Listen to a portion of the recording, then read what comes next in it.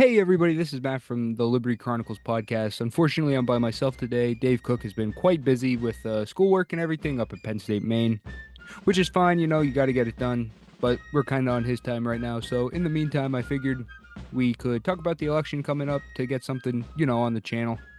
Try to keep it unbiased and as objective as possible. So, without further ado, we can kind of see what the election's kind of going on right now. So, if we go over 538 has Trump eking out. This actually just changed within the last few hours. Trump was up 52 actually. So this is kind of narrowed. And you see, this is actually really interesting. Now, obviously, the candidate's most likely chances are either a blowout either way. As you could see, when it comes and it's a tight race, this is just less likely in favor of like a Trump landslide or a Harris landslide. But overall, they have Trump just barely narrowing. All right, now we'll look at the national polls.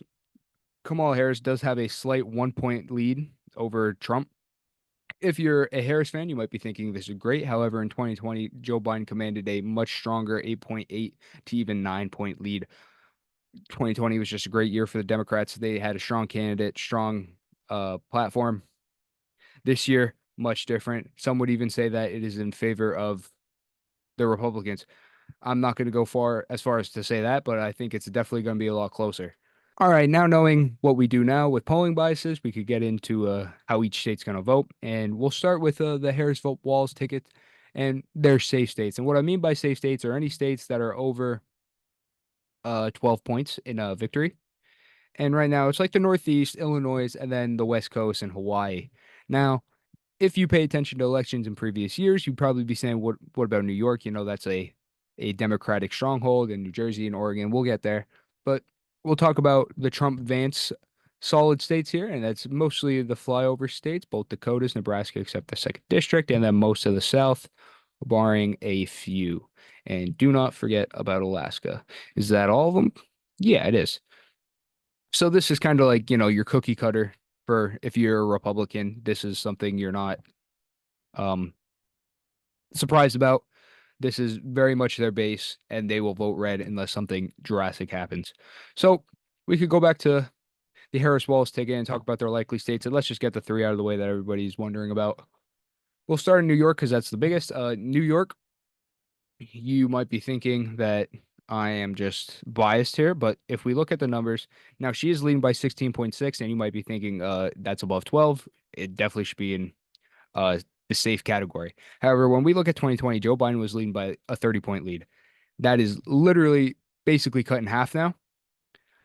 The reason for that is, well, there's a few reasons. Right now, Democratic politicians in the state are not favorable. The DA, the mayor of New York City, the governor are not looked at in a favorable light, kind of hurting Kamala Harris's chances in the state. However, Trump's never going to win New York. So I think she's fine. It might be a little closer than what we expected. New Jersey is kind of the same tune there. Their senator just pleaded guilty to corruption. He was taking kickbacks from the Egyptian government, so that is hurting Democrats in that state as well. Still easy win, just not what we're used to seeing. And then Oregon, when we look, Oregon has been taking a shift to the right slowly but surely through the years. So we see like 5-5 in this one, which not the most accurate polling. Uh, but I digress. But 5-5-12. So let's just say like an 8 point thing for Kamala Harris. Joe Biden was at 21. Obviously, there's been a lack of support for the Democrats in Oregon. Still, they'll probably win by 6 to 8 points. However, it's not looking good for the future. I do not think this is going to flip in this election or even the next election or even the election after that. But maybe in 20 years, you could see something take place. Or if you guys know about the Greater Idaho movement, they kind of want to make a middle finger with these counties here. But I digress. We could get back to maybe that'll be a podcast episode. So now we'll talk about the likely states for Trump. Ohio and Iowa. You could even make the argument that they should be solid states. However, they used to vote blue way back in the day. Obama actually carried them. However, with Trump, he has really gotten voters to come out in Ohio and Iowa, and they do solid numbers. I'm just not putting them in safe because benefit of the doubt, they might not be as solid as I think, but I suspect that they will, at the end of the day, vote 10 to 11 range and maybe even get into the safe column with a 12 or 13. Other states, the two big ones, if you don't really follow politics, you might be, well, Texas got to be like that's the most Republican state in the in the country. However, if you look at the elections, they normally win between like 6 to 8 votes or 6 to 8 points, sorry, so that it puts them solidly in the likely category. Same thing with Florida. Florida used to be a swing state. 2000 was a tumultuous time with Florida. Yeah, if you know, you know. However, Florida has moved to the right substantially in recent years, and it is now a likely Republican state. And before we start talking about the swing states and the states that, everybody wants to talk about, let's get the districts out of the way. First, one district in Maine is going to go red. That's just because this is mainly rural communities here. And then the same thing over Nebraska. The second district here is going to go blue. Probably not by a safe margin, probably a leaning margin. Trump did carry that district back in 2016. However, Biden flipped it, and now with redistricting, it definitely favors a Kamala Harris presidency. And before I forget, I want to talk about 3 states for the Harris Walls ticket that they will probably win, and that is New Hampshire, Colorado, and New Mexico. Colorado, or Biden won by a huge margin back in 2020. However, like I said, 2020 was a great year for the Democrats. Nowadays, I see them winning by 8 to 11 points. New Hampshire, Trump almost flipped it in 2016. I think it was one of the closest in the country. However, 2020 was a huge margin for Biden, and I think that's kind of going to stay the same. It'll be a likely. New Mexico is actually probably the most surprising on this map.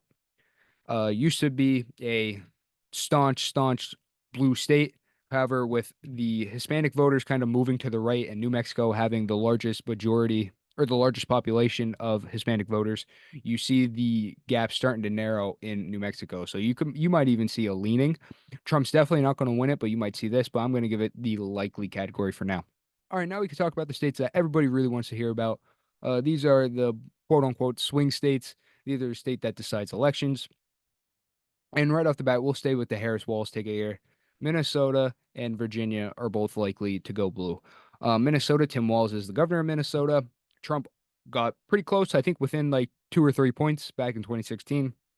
That was not the case back in 2020. However, I think it's going to be a bit closer than it was in 2020. I think maybe by 6 to 8 points. Same thing for Virginia. They did get a Republican governor in their special election with Glenn Youngkin. However, I do not think that's going to drastically shift the state. I think it's going to stay blue by a 6 point lead if I had to, put my money where my mouth is. Now, these are the states that really matter, these 7 states here. So we're going to actually start in the West, come down, and then we'll finish with the blue wall. So we're going to start with Arizona. This is probably Trump's safest bet out of the 7 like true swing states. He's leading right now. If we actually look at his polling, Arizona, he is actually leading by 2.2. He lost the state by, I believe, 0.3. And that was when Biden was leading by 2.6. Sorry. So the fact that he is actually leading and that Biden's gap narrowed in the actual election, we could kind of see that going red. Now we'll talk about Nevada. Nevada is an interesting state because Trump never won this state before, and it has not voted red since 2004. However, this is the only state in the country that actually moved right in the last election. So in 2020, all these states, Trump, even when he won it, had a lesser margin than he did in 2016, except for Nevada. Nevada in 2016, he lost by 2.4 points. Same thing with Biden in 2020. Trump lost by 2.4 against Biden, meaning that when the whole country shifted to the left, Nevada kind of stayed the same, meaning that they actually kind of moved a little bit right. So in this election, we could look at Nevada here. Oops. And we will see that Trump is actually leading by a half a point. Back in 2020, Joe Biden was actually leading by 5.3. Like we said, he actually won by 2.4, meaning that there's that 3% swing that we were talking about earlier. And the fact that Trump is leading, I think Trump will actually carry the state for the first time in his political career. It's going to be a tilt state. I think he's not going to win by much more than a point. If he does, I'll be shocked. However, we'll move on to the East Coast now. All right, we'll talk about Georgia now. Georgia is a very close one. I don't think it's going to be as easy for Trump to win as something like Arizona. However, he is leading by 1.6. In 2020, Biden did carry this state. He flipped it. Been the first time he voted blue in quite a while.